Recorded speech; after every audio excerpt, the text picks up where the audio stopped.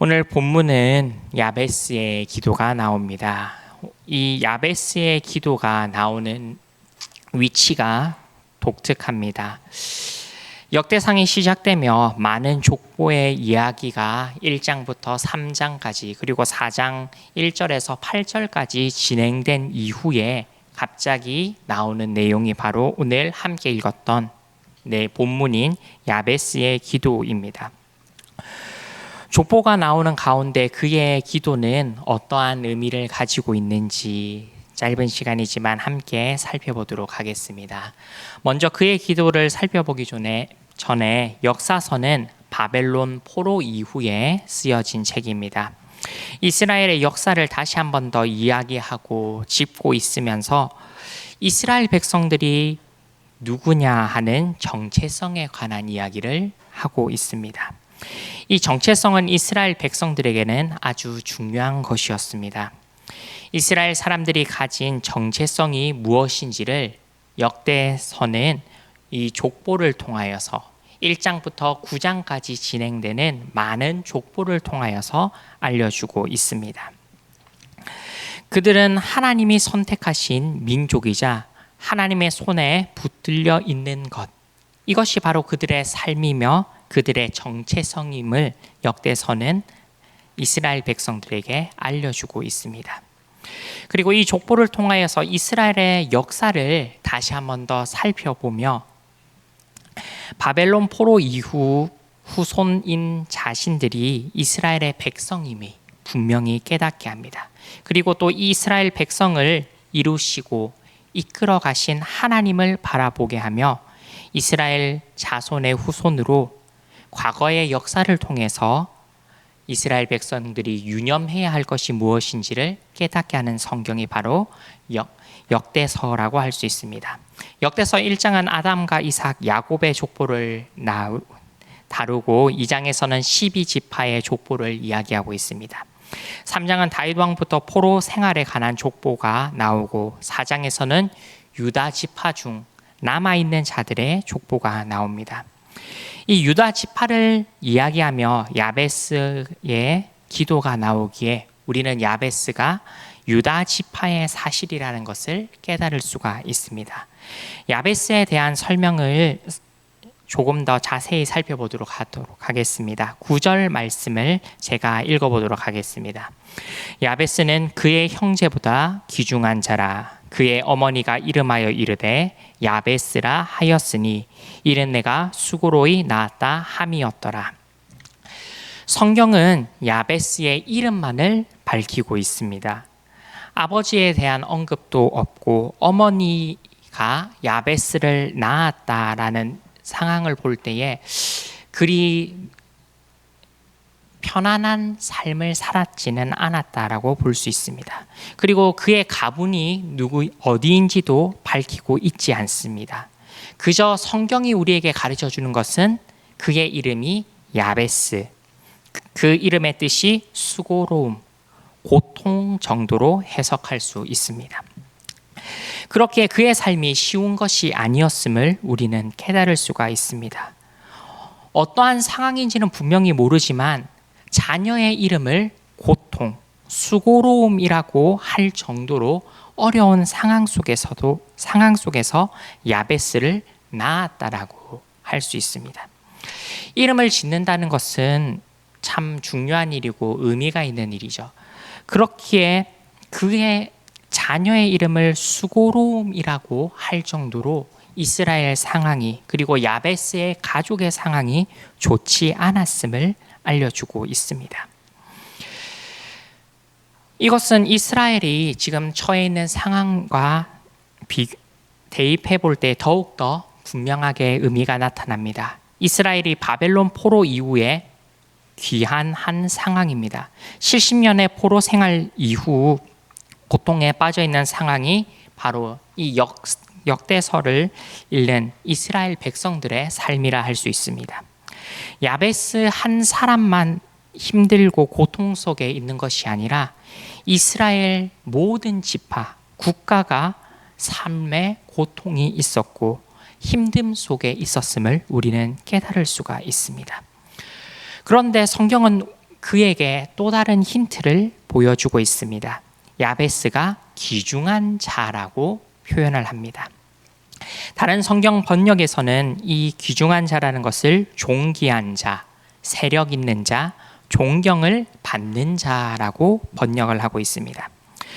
그렇다면 그는 다른 사람들에게 인정과 존경을 받는 유다 지파의 뛰어난 지도자, 리더임을 우리는 깨달을 수가 있습니다. 이렇게 어려운 상황이지만 다른 사람들에게 인정을 받고 존경을 받을 만한 이 야베스가 하는 기도의 내용은 우리에게도 의미가 있을 것입니다. 그가 어떤 것을 하나님께 구하는 것인지 살펴보도록 하겠습니다. 먼저 그 내용을 살펴보기 전에 우리가 먼저 생각하고 있는 기도에 대해 생각해 보도록 하겠습니다. 기도는 하나님과의 대화라고 우리가 쉽게 이야기합니다. 그리고 영혼의 호흡이라고도 말을 합니다. 하나님과 소통하는 방법 중 가장 편안하고 많이 사용하는 방법이기도 합니다. 그럼 우리는 언제 기도를 합니까? 네, 시시때때로 기도를 하시죠. 그리고 밥 먹을 때도 기도를 하시고, 또한 하나님의 도움을 구할 때 하나님께 기도를 합니다. 우리의 힘으로는 해결할 수 없는 일을 닥쳤을 때, 하나님의 도우심을 구할 때 특히나 더 많이 우리는 기도를 합니다. 그렇다면 성경은 우리에게 어떠한 기도를 알려주고 있을까요? 마태복음 6장 33절에는 이렇게 말씀하고 있습니다. 그런즉 너희는 먼저 그의 나라와 그의 의를 구하라. 그리하면 이 모든 것을 너희에게 더하시리라. 성경이 알려주는 기도는 우리 자신, 개인에 대한 기도가 아니라 이방인들이 구하는 것처럼 무엇을 먹을까, 무엇을 입을까, 무엇을 마실까 염려하는 기도가 아니라 하나님에 대한 기도임을 알려주고 있습니다. 나의 것이 아닌 하나님의 것을 먼저 구할 것을 성경은 우리에게 알려주고 있습니다. 그렇다면 우리는 오늘 본문 10절에 나오는 야베스의 기도를 다 함께 읽어보도록 하겠습니다. 10절 말씀입니다. 다 같이 읽어보도록 하겠습니다. 야베스가 이스라엘 하나님께 아뢰어 이르되 주께서 내게 복을 주시려거든 나의 지경을 넓히시고 주의 손으로 나를 도우사 나로 환난을 벗어나 내게 근심이 없게 하옵소서 하였더니 하나님이 그가 구하신 것을 허락하셨더라. 그의 기도를 자세히 살펴보면 너무 나의 것을 찾고 있는 것은 아닌지, 이기적인 기도는 아닌지 생각하게 됩니다. 정말로 야베스가 한 이 기도가 이기적인 내용일까요? 한번 살펴보도록 하겠습니다. 가장 먼저 우리는 야베스가 하나님께 기도했음을 분명히 짚고 넘어가야 합니다. 너무나 당연한 내용이지만 아주 중요한 부분입니다. 우리가 기도를 하며 우리의 기도의 대상이 되시는 분은 오직 한 분, 하나님밖에 없음을 야베스는 분명하게 인정하고 하나님께 간구했다라고 오늘 본문 10절이 알려주고 있습니다. 그리고 야베스는 이 이스라엘의 모든 역사를 이끌어 오시고 오늘도 지키시고 보호하시는 분이 하나님이심을 기억하고 하나님께 아뢰고 있습니다. 우리가 어떤 문제를 기도하고 그 문제의 해결책이 필요할 때에 오직 한 분 하나님께 기도해야 함을 우리는 분명히 기억해야 할 것입니다. 그런 그가 가장 먼저 구하는 것이 무엇입니까? 첫 번째 내용은 나의 지역을 넓히시고라는 기도를 하고 있습니다. 이스라엘은 바벨론 포로로 인하여서 하나님께 받은 가나안 땅, 젖과 꿀이 흐르는 땅을 빼앗겼습니다. 하나님이 주신 땅, 그 땅에서 쫓겨나고 살지 못하고 있는 상황입니다. 그가 하나님께 기도한 것은 하나님의 약속에 근거한 기도임을 우리는 깨달을 수가 있습니다. 야베스는 하나님께 이스라엘 백성들에게 주신 땅, 그 땅을 돌려줄 것을 하나님께 기도하고 있습니다. 이 기도는 나의 지역이라고 표현하고 있지만 결코 이기적인 것이 아닙니다. 하나님이 이스라엘 백성들에게 허락하신 땅, 하나님의 백성이 온전히 누리고 살 수 있을 양에게 표현한다면 푸른 풀이 가득한 초원과 같은 곳임을 야베스는 분명히 알고 있었습니다. 하나님의 인도로 말미암아 포로 생활을 끝내고 돌아오는 이스라엘 백성들에게 나의 지역을 넓히시고 회복시키시고라는 이 기도는 야베스만 한 기도가 아니라 모든 이스라엘 백성들이 한 마음으로 했을 기도였습니다. 그들은 이렇게 기도했을 것입니다. 하나님이 우리에게 주신 땅을 회복시켜 주시고 우리에게 주신 그 땅을 다시 우리에게 허락하여 주시옵소서. 야베스가 하나님께 구한 것은 하나님의 약속이고 하나님의 약속을 의지한 기도였습니다. 그렇다면 우리의 기도는 어떠합니까? 우리는 무엇을 기도하고 있습니까? 우리의 삶 속에 있는 많은 문제를 해결해 달라는 기도가 아니라 하나님의 약속이 우리의 삶을 통하여 이루어지는 기도를 하는 저와 여러분들의 삶이 되기를 소망합니다. 우리의 삶이 하나님으로 인하여서 하나님이 우리에게 약속하신 그 지역이 점점점 넓어질 수 있는 저와 여러분들의 삶이 되기를 소망합니다. 야베스가 또 하나님께 간구한 것은 무엇입니까? 주의 손으로 나를 도울 것을 기도했습니다. 이것은 야베스가 하나님의 손에 붙들릴 것을 간구한 내용입니다. 이 기도도 이스라엘 상황과 함께 생각해 보면 이해하기가 쉽습니다. 이스라엘 백성이 포로 생활을 하게 된 이유가 무엇입니까? 이스라엘 백성들이 망하게 된 이유는 무엇입니까? 이스라엘 백성들이 하나님을 떠났기 때문입니다. 이스라엘 백성들에게 계속해서 나타나는 문제가 있다면 우상 숭배의 문제입니다. 하나님은 계속해서 이스라엘 백성들에게 하나님만을 섬길 것을 말씀하시고 명령하셨습니다. 그러나 이스라엘의 행동들은 어떠합니까? 하나님을 섬기기보다는 우상을 사랑하고 우상을 따랐습니다. 죄로 말미암아 나라는 분열되었고 나라는 결국 망하게 되었습니다. 이방인들의 군대에 쓰러졌고 포로 생활을 하게 되었습니다. 이러한 상황 속에서 야베스가 하나님께 간구하는 주의 손으로 나를 도우사라는 이 기도는 우리의 삶의 주인 되시는 자리를 하나님께 내어드리는 믿음의 고백임을 우리는 깨달을 수가 있습니다. 우리의 삶의 중심에 하나님을 둔다는 놀라운 믿음의 고백이 야베스가 두 번째로 하나님께 간구하는 고백입니다. 우리의 삶도 이러한 고백이, 이러한 믿음의 결단이 넘치기를 소망합니다. 우리의 삶의 중심에 내가 아니라 하나님이 계실 때 우리의 모습을 통하여서 하나님이 영광 받으실 것입니다.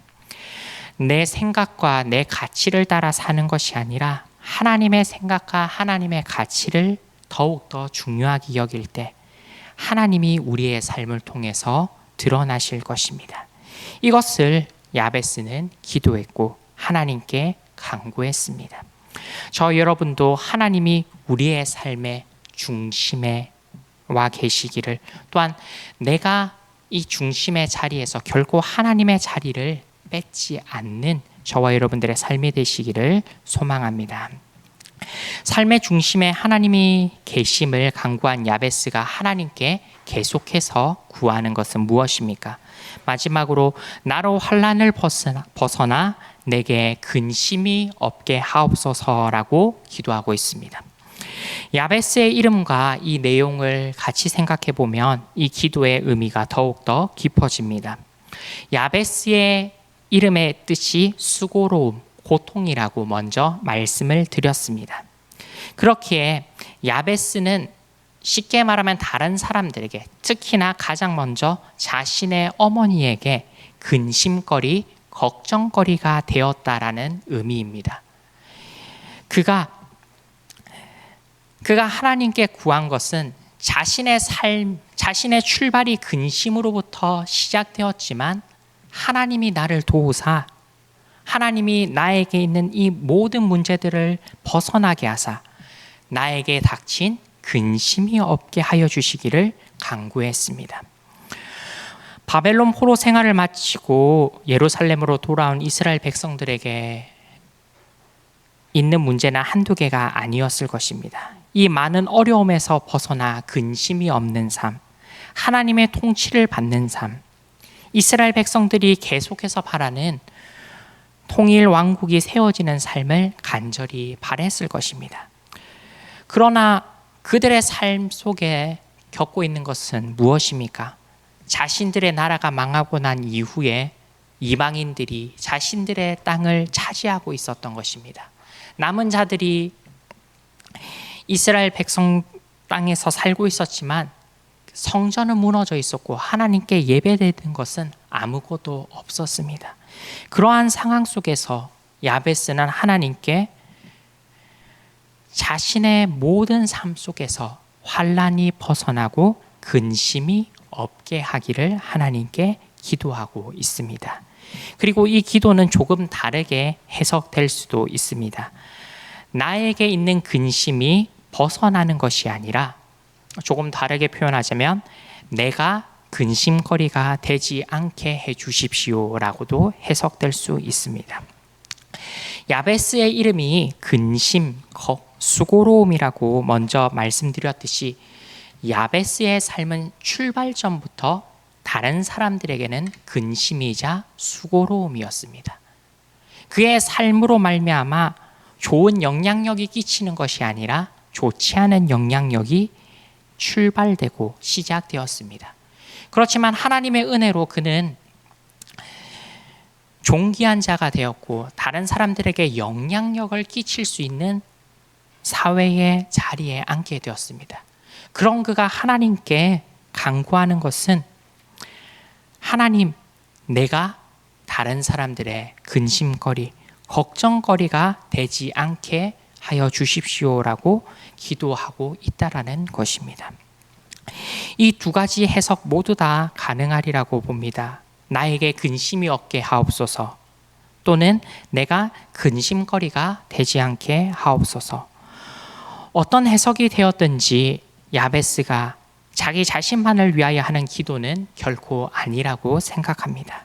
자신의 삶이 하나님께 온전히 속한 자가 되어서 자신의 삶을 통해 하나님의 모습이, 하나님의 영광이 드러나기를 야베스는 간절히 기도했습니다. 이 이스라엘의 족보 가운데 있는 이 야베스의 기도가 우리는 짧은 시간이지만 어떠한 내용인지 살펴봤습니다. 이스라엘의 어려운 상황 속에서 이 야베스가 한 기도는 명확한 의도를 가지고 있습니다. 포로 생활을 마치고 돌아가는 이스라엘 백성들에게 가장 필요한 것이 있다면 바로 하나님의 통치와 은혜일 것입니다. 이스라엘은 계속해서 하나님을 떠난 삶을 살았고 하나님의 은혜로 말미암아 포로 생활을 마치고 예루살렘으로 돌아올 수 있었습니다. 야베스의 기도가 이스라엘이 고백한 기도로 표현한다면 이렇게 이야기할 수 있을 것입니다. 하나님, 하나님의 은혜로 하나님이 우리에게 주신 약속의 땅으로 돌아갑니다. 우리를 지키시고 하나님께 근심이 되는 민족이 되지 않게 하옵소서라고 하는 이스라엘의 고백이 되었을 것입니다. 개인적으로 보이는 이 야베스의 기도를 하나님이 들으시고 응답해 주신 이유는 그가 기도한 것이 하나님의 뜻에 또한 하나님의 마음에 합하였기에 하나님이 그의 기도를 들으셨다라고 성경은 우리에게 알려주고 있습니다. 동일하게 우리도 이러한 마음이 있어야 될 줄 고백합니다. 우리의 삶이 어떠하든지 우리의 삶이 하나님의 손에 붙들릴 때 우리의 삶의 모든 문제가 해결될 줄 믿습니다. 그렇기에 저와 여러분들이 야베스의 기도와 같이 하나님이 약속하신 그 땅을 놓고, 약속하신 그 약속을 놓고 기도하는 저와 여러분들의 귀한 삶이 되기를 소망합니다. 하나님이 약속하신 것, 하나님은 신실하셔서 어제나 오늘도 내일이나 영원토록 변치 않으시는 분이심을 언제나 기억하며 저 여러분들의 삶이 하나님만을 온전히 의지하는 귀한 삶이 되기를 소망합니다. 그리고 저와 여러분들의 삶이 하나님을 우리의 삶의 주인의 자리에 온전히 삶의 주인의 자리를 하나님께 온전히 내어드릴 수 있는 저와 여러분들의 삶이 되기를 소망합니다.